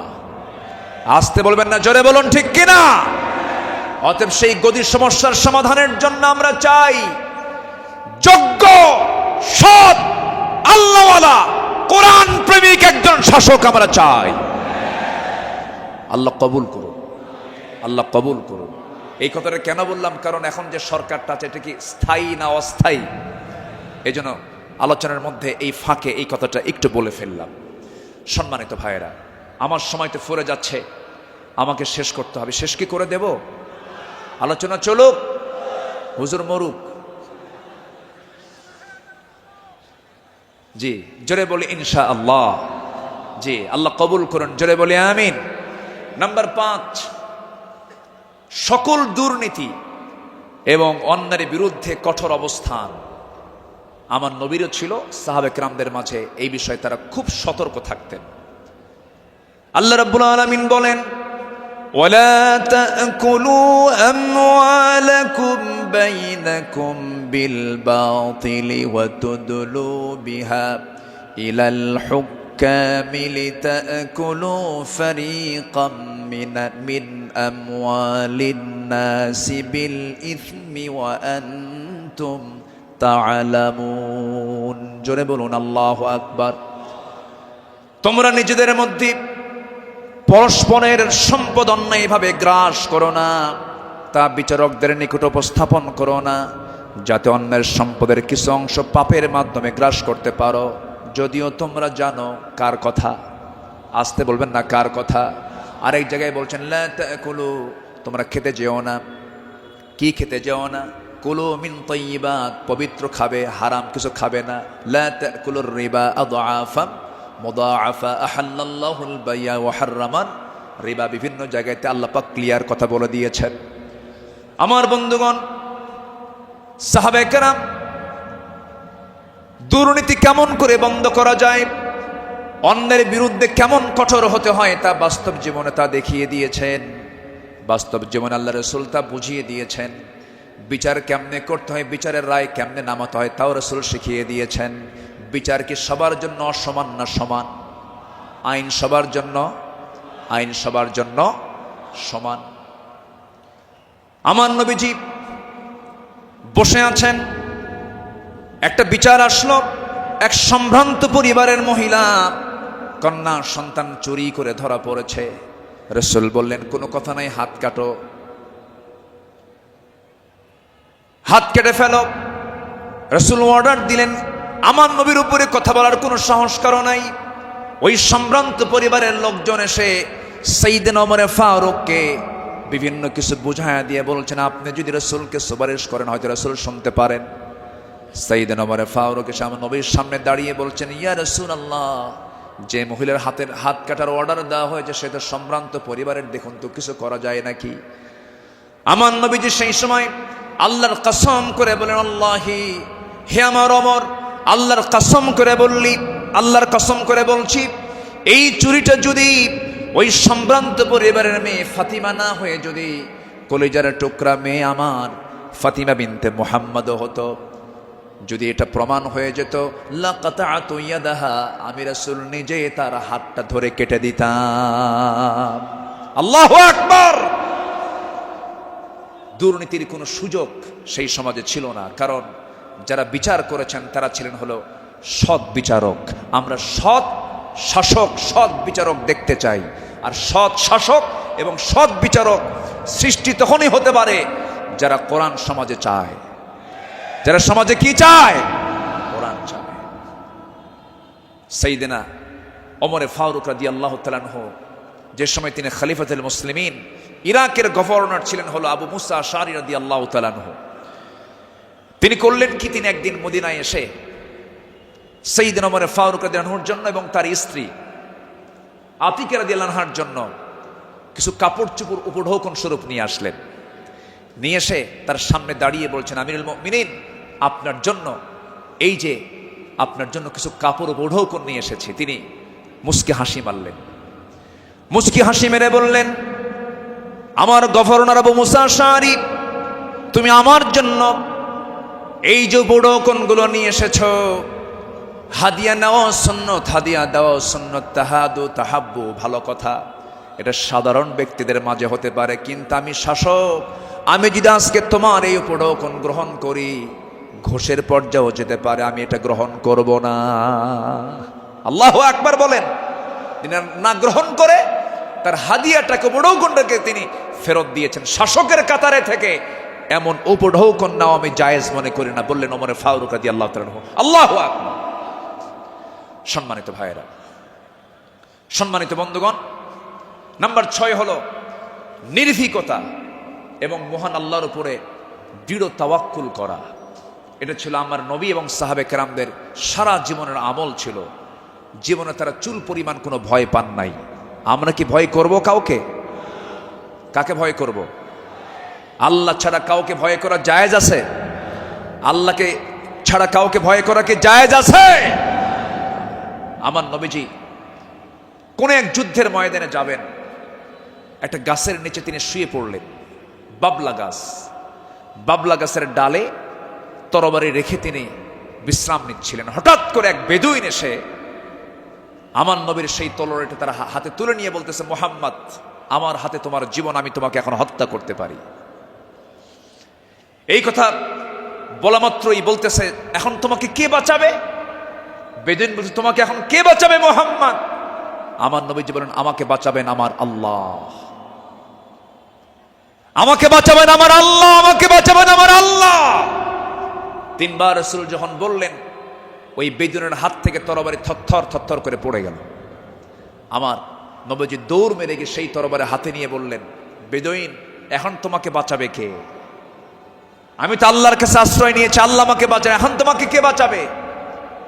বেদুইন তার চোখের পানি আটকাতে না পেরে আমার নবীর সামনে দাঁড়িয়ে বলছে, আপনি সত্যি আল্লাহর রাসূল, আপনি আমাকে পড়িয়ে দেন লা ইলাহা ইল্লাল্লাহ, ফাইদা আযামতা ফাতাওয়াক্কাল আলাল্লাহ ওয়া কাফা বিল্লাহি ওয়াকিলা, ইন্নাল্লাহা ইউহিব্বুল মুতাওয়াক্কিলিন ওয়া মান ইয়াতাওয়াক্কাল আলাল্লাহ ফাহুয়া হাসবুহ। যে ব্যক্তি আল্লাহর প্রতি তাওয়াক্কুল করবে, আল্লাহ তার জন্য যথেষ্ট হয়ে যান। আমাদের ভরসা রাশিয়া নয়, আমেরিকা নয়, ইন্ডিয়া নয়, চায়না নয়, আমাদের কার মধ্যে ভরসা করার দরকার না, আমাদের ভরসা কে? আসতে বলবেন না, তিনি কে? আমাদেরকে বাঁচাবেন তিনি, যার হাতে আমাদের প্রাণ, তিনি সে আল্লাহ আমাদেরকে বাঁচাবেন। আল্লাহ কবুল করুন, জোরে বলি আমিন।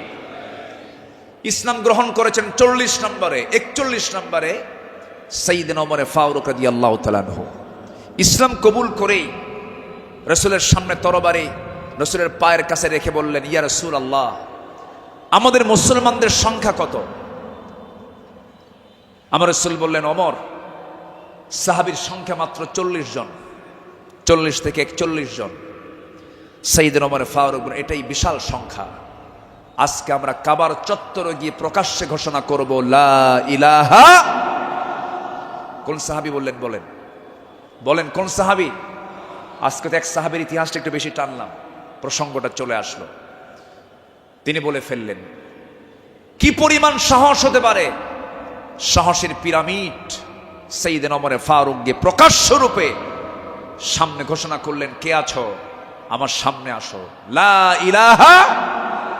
তরবারি হাতে দৃপ্ত পদক্ষেপে আল্লাহু আকবার ধ্বনিতে মুখরিত করে আকাশ বাতাস সামনের দিকে যেতে লাগলেন। আবু জেহেলরা হতভম্ব হলো। আবু জেহেল মনে মনে ভাবলো, পাঠালাম কি জন্য, আর হয়ে গেল কি? সাইয়েদনা ওমর ফারুক রাদিয়াল্লাহু তাআলা এত সাহসী ছিলেন, সেই বজ্র কণ্ঠের ওমর এখনো দরকার আছে না নাই? সেই বজ্র কণ্ঠের ওমর এখনো দরকার আছে না নাই? নতুন বাংলাদেশ তৈরি করার জন্য ওমর প্রয়োজন, আবু বকর প্রয়োজন। আমরা আবু বকরের মতো দৃঢ়চেতা হব, ওমরের মতো সাহসী হব, ওসমানের মতো ধৈর্যশীল হব, আলীর মতো লড়াকু সৈনিক হয়ে বাতিল শক্তির মোকাবেলায় আমরা ঝাঁপিয়ে পড়ব প্রয়োজনে। রাজি আছেন কারা কারা? হাত উঁচু করে দেখান মুসলমান।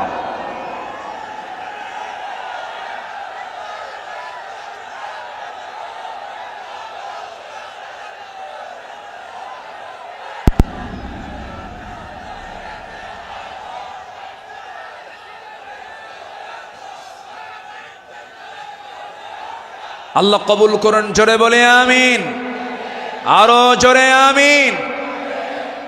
আল্লামা ইকবাল এই জন্য সাহাবাদের ভূমিকা বর্ণনা করে বর্তমান সময়ের মুসলিমদের দুরবস্থা নিয়ে আফসোস করে তিনি একটা লাইন বলেছেন। তিনি কি বলেছেন? সফহাওয়ার সে বাতিল কো মিটায়া কিসনে, নোয়ে ইনসা কো গোলামি সে ছড়াইয়া কিসনে, मेरे काबे को ज़मीनों से बचाया किसने, मेरे कुरान को सीनों से लगाया किसने, थे तू अबाओ तुम्हारे ही मगर तुम क्या हो, हद पर हद दहरे मुंतज़िरे फरदा हो। कवि विश्व कवि আল্লামা ইকবাল তিনি বলছেন, যারা এসব অসার বাতিল দূর করেছে জগৎ হতে, ছাড়িয়েছে মানব কুলে দাস গোলামির কবল হতে, কাবা ঘরে সেজদা করার জাগলো প্রথা যাদের সাথে, বুকে কোরআন ধারণ করা শিখল জগৎ যারা যারা হাতে, তারা তোদের পূর্বপুরুষ আর আজিকে তোমাদেরকে হয়ে ইন্তেজারি করছে বসে হাতের উপর হাতটি রেখে।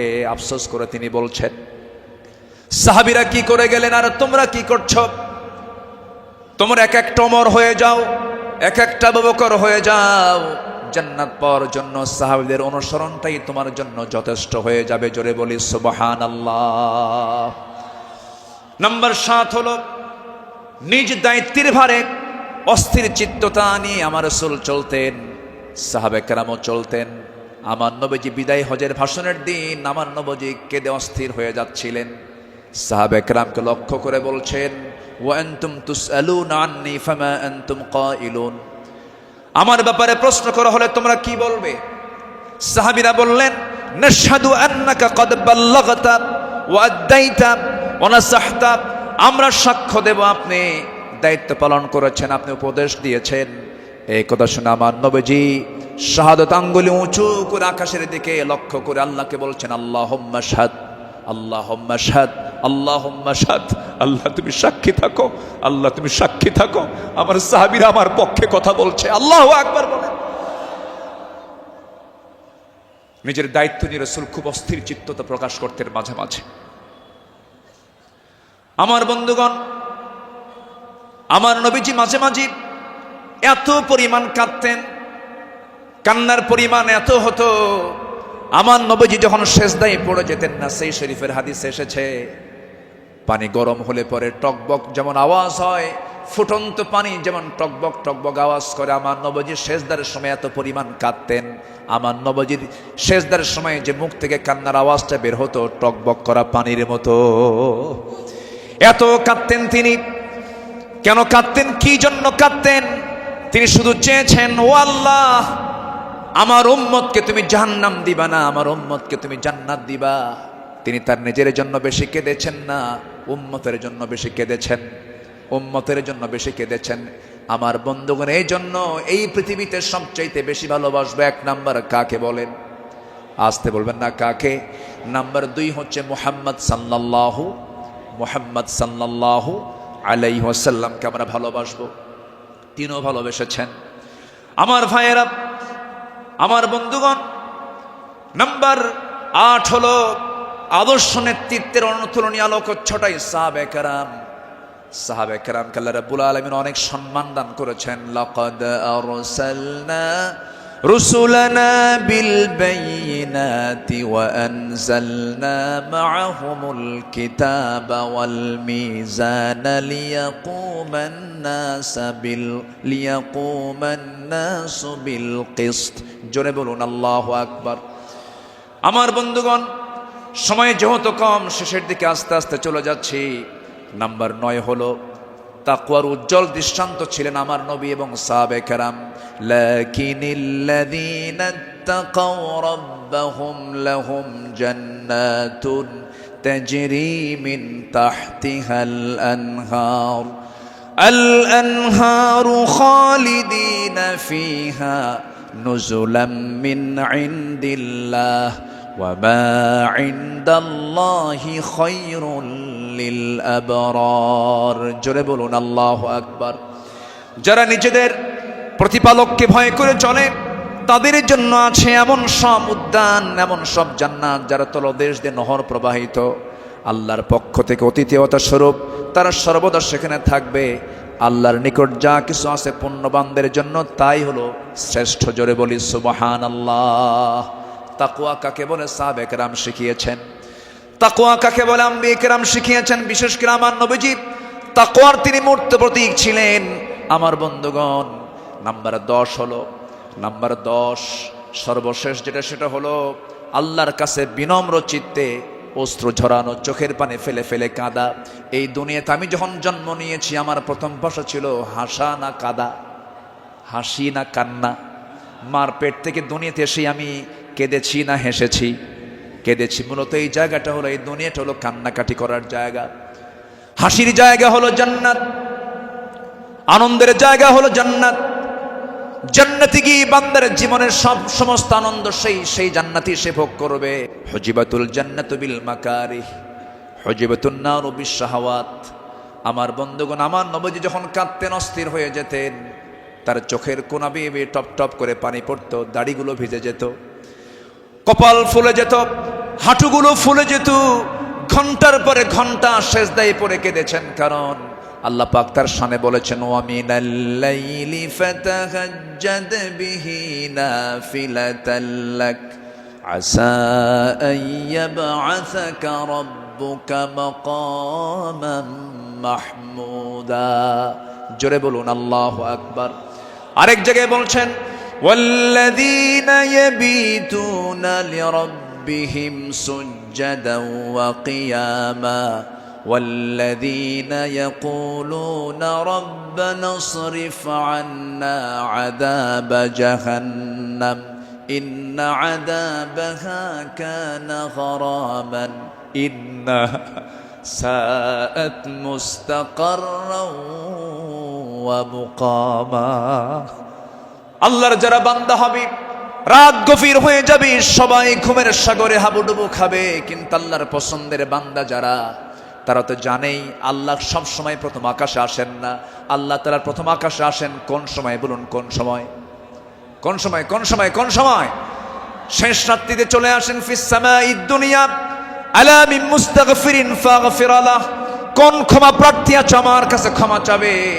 সেই সময় আল্লাহ পাক দুনিয়ার আকাশে চলে আসেন, আল্লাহর পছন্দের বান্দা এই চান্সটা ছেড়ে দেন না। শেষ রাত্রে উঠে চোখের পানি ফেলে শিশুর মতো যারা কান্দাকাটি করবে, আল্লাহর কাছে যারা রোনাজারি করবে, আপনি কি জানেন 7 সমুদ্রের পানি দিয়ে জাহান্নাম নিভতে পারে না, কিন্তু বান্দা যদি আল্লাহর ভয়ে 1 ফোঁটা চোখের পানি ফেলতে পারে, 1 ফোঁটা চোখের পানি 7টা জাহান্নামকে নিভাইয়া দিতে পারে। আমরা কাঁদবো কার কাছে? আসতে বলবেন না, কাঁদবো কার কাছে? পৃথিবীতে কান্নাকাটি করার জায়গা কয়টা? বলেন কয়টা জায়গা? এক জায়গা। কার কাছে? আল্লাহর কাছে আমরা চোখের পানি ফেলে ফেলে কাঁদবো, আল্লাহর কাছে আমরা রোনাজারি করব। পৃথিবীর মানুষের কাছে কাঁদবেন, কেউ বলবো ফিরাতে এমনি কান্দে, কোন একটা লক্ষ্য আছে, মতলব খারাপ। কত কি বলবে, স্বামী তার বউয়ের কাছে কাঁদবে, বউ তার স্বামীর কাছে কাঁদবে, ছেলে বাবার কাছে কাঁদবে, বাবা ছেলের কাছে কাঁদবে, সেখানে কিছু স্বার্থ থাকতে পারে। কিন্তু বান্দা যদি শুধুমাত্র আল্লাহর জন্য কাঁদতে পারে, আল্লাহ রাব্বুল আলামিন তার বান্দার সেই কান্নার পরিপূর্ণ জাযা, পরিপূর্ণ পুরস্কার সেই বান্দার হাতে তুলে দিবেন। এই জন্য আমরা চোখের পানি খরচ করব কার জন্য? আসতে বলবো না, কার জন্য আমরা খরচ করব? ইন্নাল্লাযীনা উতুল ইলমা মিন ক্বাবলিহি ওয়া ইযা ইউতলা আলাইহিম ইয়াখিরুনা লিল আযকানি সুজদা। সূরা বনী ইসরাঈল 107 নম্বর আয়াত।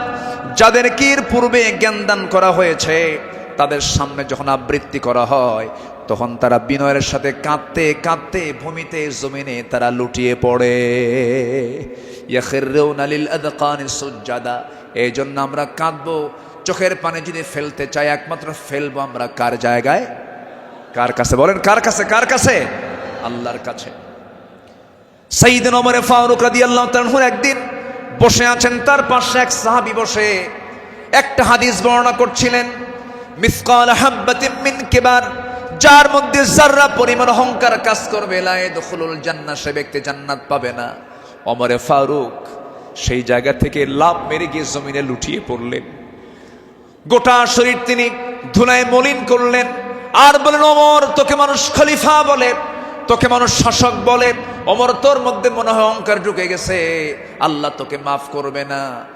আকাশের দিকে দুটো হাত তুলে আফসোস করে বলছেন, আকাশের মালিক আল্লাহ, তুমি যদি গোটা দুনিয়ার সমস্ত মানুষকে তুমি যদি জান্নাত দিয়ে দাও, আর একজন ব্যক্তিকে যদি জাহান্নাম দিয়ে দাও, আমার মনে হয় আমি ওমর সে একজন ব্যক্তি, জাহান্নাম আমি যাব মনে হয় আমার সে আমল নাই, আল্লাহ আমাকে মাফ করে দিও, আল্লাহ আমাকে ক্ষমা করে দিও। এরকম করে তারা আল্লাহর সামনে চোখের পানি ফেলে ফেলে কেঁদেছেন। একজন সাহাবীর কাছে মুনাফিকের তালিকা ছিল, সেই সাহাবীর কাছে মাঝে মাঝে ওমর ফারুক যেতেন, গিয়ে বলতেন, ভাই ওমর, দেখো তো মুনাফিকের তালিকার মধ্যে আমি ওমর, আমার নামটা আছে নাকি? আমার নামটা আছে নাকি? সাহাবী বলতেন, ভাই ওমর, আপনার নাম থাকবে কেন? আপনি তো জান্নাহ, ওমর ফিল জান্নাহ। তিনি উত্তরে বলতেন, ভাই রে, আমার মন বলছে কেন যেন মনে হয় আমি কি মুনাফিকের কাতারে চলে গেলাম কিনা। কি চিন্তা তাদের মধ্যে কাজ করতো, কার ভয়, কার ভয়, কার ভয়? আসতে বলবেন না, কার ভয়? সবাই কি তাহাজ্জুদের নামাজ পড়তে রাজি আছেন? 5 ওয়াক্ত নামাজ পড়ার দরকার নাই? হ্যাঁ, কি দরকার আছে কিনা বলেন? তাহলে 5 ওয়াক্ত নামাজও পড়বো, এবং স্পেশাল অফার, ওই সময় চোখের পানি ফেললে বান্দার কোনো দোয়া মিস হয় না। সেটা হচ্ছে কি? ওয়াল্লাযীনা ইয়াবিতুনা লিরাব্বিহিম সুজদান ওয়া কিয়ামা, যারা রাতটা কাটায় দেয় রুকুতে এবং সিজদার মধ্যে। কার কাছে? 5 ওয়াক্ত নামাজ পড়বেন কারা কারা? একটু হাত উঁচু করে দেখান তো, বলি দেখি, জোরে বলি ইয়া আল্লাহ, আরো জোরে ইয়া আল্লাহ। আমাদেরকে 5 ওয়াক্ত সালাত আদায় করার তৌফিক তুমি আল্লাহ দিয়া দাও। জোরে বলি আমিন, আরো জোরে আমিন, আরো জোরে আমিন।